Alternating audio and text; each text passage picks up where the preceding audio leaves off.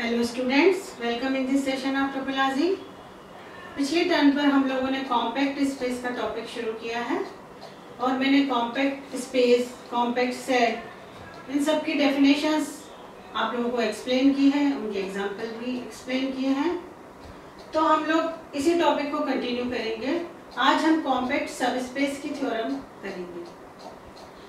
सब स्पेस के बारे में आप लोग जानते हैं कि टोपोलॉजी में जो सब स्पेस होता है वो रिलेटिव टोपोलॉजी का कॉन्सेप्ट होता है कि अगर x t अगर कोई टोपोलॉजिकल स्पेस है तो हम उसका सब स्पेस y उसका सबसेट है x और y के रेस्पेक्ट में जो टोपोलॉजी है उसको हमने ty से लिखा है। और यहाँ पर जो ओपन सेट्स ty के बनते हैं वो x के ओपन सेट्स का y के साथ इंटरसेक्शन होते हैं। इसका मतलब होता है u intersection y such that u belonging to t, जहाँ पर t टोपोलॉजी है x में, तो इसको हम सब स्पेस कहते हैं। तो हम जो थ्योरम करने जा रहे हैं वो है कॉम्पैक्ट सब स्पेस की थ्योरम। कॉम्पैक्ट सब स्पेस, किसी सब स्पेस को कॉम्पैक्ट कब कहते हैं हम, वही कॉन्सेप्ट रहेगा हम कि सब स्पेस के लिए हम सब स्पेस के रेस्पेक्ट में जो ओपन सेट है वो ओपन सेट्स का अगर हम ओपन कवर लें y के लिए और उसका अगर फाइनाइट सब कवर यानी कि every open cover of Y has a finite subcover, then Y is called compact with respect to the open sets in Y. तो यहाँ पर जो थ्योरम है वो थ्योरम इस तरह से है कि if Y is a subspace of X, then Y is compact if and only if Y is compact in X. इसका मतलब ये है कि Y compact तब होगा यदि Y का हर एक ओपन कवर अगर फाइनाइट सब कवर रखता है तो Y compact होगा X में। तो मतलब y का जो हर एक अगर ओपन कवर हम ले x में, x के ओपन सेट्स के रिस्पेक्ट में हम एक ओपन कवर लें तो वो भी एक फाइनाइट सब कवर रहेगा। तो यहाँ पर y is compact if and only if y is compact in x, ये हमें यहाँ पर प्रूव करना है। तो प्रूव करने के लिए पहले हमने कंडीशन कंसीडर की। हमने पहले मान लिया कि यहाँ पर x t तो ये दिया ही हुआ है, x t टोपोलॉजिकल स्पेस है और y t y हमने मान लिया कि उसका एक सब स्पेस है। पहले हमने मान लिया कि सपोज y is compact, तो हमें प्रूव करना है this implies y is compact in x, ये हमें प्रूव करना है। तो y is compact in x के लिए हमें ये प्रूव करना है कि अगर हम x के रेस्पेक्ट में ओपन कवर लें, हमने लिया है a is equal to a alpha, alpha belonging to index, ये है open cover of y in x। इसका मतलब जितने भी एलिमेंट्स इसके a अल्फा हैं वो सब हैं ओपन सेट्स x के और वो y को कवर करते हैं। It means y is contained in union of a alpha। तो हमें यहाँ प्रूव ये करना है कि अगर ये ओपन कवर हमने y का लिया है x में तो it has a finite सब कवर, ये हमें यहाँ पर प्रूव करना है। जबकि assumption हमारा यहाँ पर ये है कि y is compact। तो now y is wholly contained in union of a alpha। हम इसको इस तरीके से लिख सकते हैं, अगर हम इंटरसेक्शन ले लें तो it will be equal to y is equal to union a alpha intersection y। तो हमने इन दोनों के इंटरसेक्शन का सिर्फ लिया है रीजन, तो definitely it will be equal to y। तो ये होगा union of a alpha, alpha belonging to index intersection y is equal to y।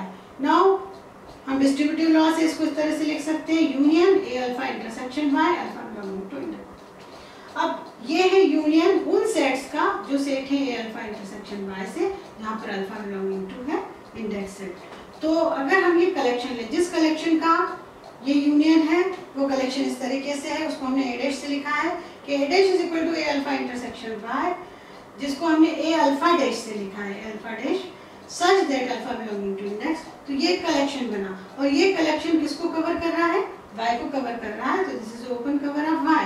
अब यहाँ पर जितने a अल्फा हैं वे सब x के ओपन सेट हैं, तो definitely a alpha intersection y है y के ओपन सेट। तो ये है open cover of y in y, that is by the open sets of y। तो यहाँ पर ये ओपन कवर मिला हमें y का, लेकिन हमने assumption लिया है कि y is compact, तो it means it has a finite subcover। Every open cover has a finite subcover। तो इसका एक finite subcover exist होगा और उस finite subcover को हमने लिखा है a alpha 1 dash, a alpha 2 dash up to a alpha n dash तक। तो ये हमने n एलिमेंट्स का कलेक्शन लिया कि वो n एलिमेंट्स का कलेक्शन किसको कवर करता है, y को कवर करता है। It is a subset of a dash, that is it is a finite subcover of a dash. तो definitely y y is covered by these sets, इसका मतलब y is equal to a alpha 1 dash union a alpha 2 dash up to union a alpha n dash. तो y is equal to union of a alpha k dash k equal to 1 to n. अब मैंने इसको लिख दिया, जो a alpha k dash है वो क्या है, a alpha k dash, a alpha k dash है यहाँ से a alpha k intersection y, ऐसे ही हमने इसको कंस्ट्रक्ट किया था.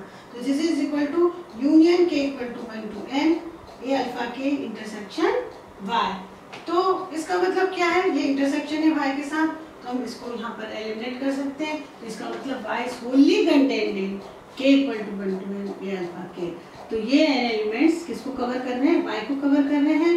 तो ये n एलिमेंट्स जो है ये किसका सबसेट है, ये सबसेट है a का, जो इनिशियली हमने ओपन कवर लिया था y का x में.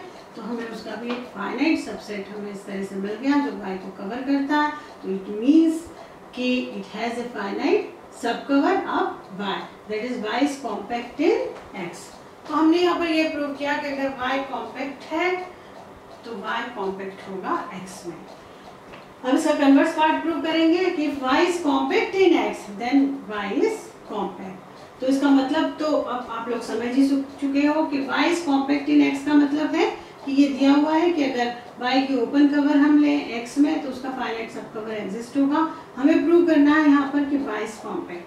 y is compact प्रूव करने के लिए हमने एक ओपन कवर लिया है y का y में, that is it is written as let a dash is equal to a alpha dash alpha belonging to index. यहाँ पर सारे a alpha dash हैं ओपन सेट्स किसके, y के ओपन सेट्स हैं and it is open cover of y. तो it means y is equal to union of a alpha dash alpha belonging to index, क्योंकि वो एक सब स्पेस है तो डेफिनेटली, और एंटायर स्पेस है, उस एंटायर स्पेस का ये ओपन कवर है उसी में, तो definitely y is equal to union of a alpha dash alpha belonging to index. अब यहाँ पर ये जितने ओपन सेट्स हैं y के, तो y के ओपन सेट्स किस तरह से बनते हैं कि x का कोई ओपन सेट होता है उसको हम इंटरसेक्ट करते हैं y के साथ. तो यहाँ पर हमने मान लिया कि वो इंटरसेक्ट, वो जो x का ओपन सेट है वो a अल्फा है, तो a alpha dash is equal to union a alpha intersection y. तो since a alpha dash belonging to t1, this implies there exist a alpha belonging to t such that a alpha dash is a alpha intersection y. तो ये हमने यहाँ पर ये मान लिया है कि a अल्फा है सारे x के ओपन सेट्स. तो नाउ बाय डिस्ट्रीब्यूटिव लॉ हम इसको इस तरह से लिख सकते हैं कि y is equal to union of a alpha alpha belonging to index set intersection y. तो इट मींस ये इंटरसेक्शन y के साथ है तो y is wholly contained is union of a alpha. तो ये जो a अल्फा कलेक्शन है जो कि हमने कहाँ से लिया है, ये है t के एलिमेंट ओपन सेट से x के, ये कलेक्शन y को कवर कर रहे हैं. तो definitely a alpha alpha belonging to index is open cover of y in x. ये अल्फा सारे x के ओपन सेट हैं. तो लेकिन हमने यहाँ पर एजम्पशन लिया है कि y is compact in x, तो इट हैज अ फाइनाइट सब कवर. ये ओपन कवर बना y का, तो इसका एक फाइनाइट सब कवर होगा. तो a अल्फा 1 a अल्फा 2 से अल्फा n ये सबसेट होगा इस कलेक्शन का जो कि y को कवर करेगा. y is wholly contained in k equal to 1 to n union a alpha k. अब हमने इंटरसेक्शन ले लिया y के साथ, तो y is equal to union k equal to 1 to n a alpha k intersection y. या फिर distributive law से हम इसको इस तरह से लिख सकते हैं कि union k equal to 1 to n a alpha k intersection y.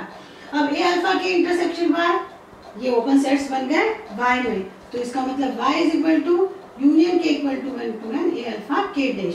तो ये फिर से a अल्फा k डैश जो है हमें फिर n एलिमेंट बने मिले हमें यहाँ पर a अल्फा 1 डैश से लेकर के हमें ये n एलिमेंट हमें यहाँ पर मिल गए a अल्फा n डैश तक. ये n एलिमेंट्स y को कवर करते हैं. तो और ये इनिशियली इसका सबसेट बनेंगे. तो ये ओपन कवर ऑफ y था, तो इट हैज अ फाइनाइट सब cover, so y is compact. तो हमने यहाँ पर ये प्रूव किया कि अगर y कॉम्पैक्ट है x में तो इसका मतलब y कॉम्पैक्ट है.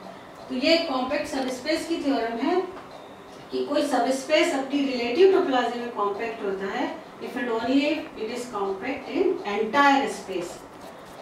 इसके आगे और थ्योरम्स हम नेक्स्ट लेक्चर में करेंगे. Thank you very much.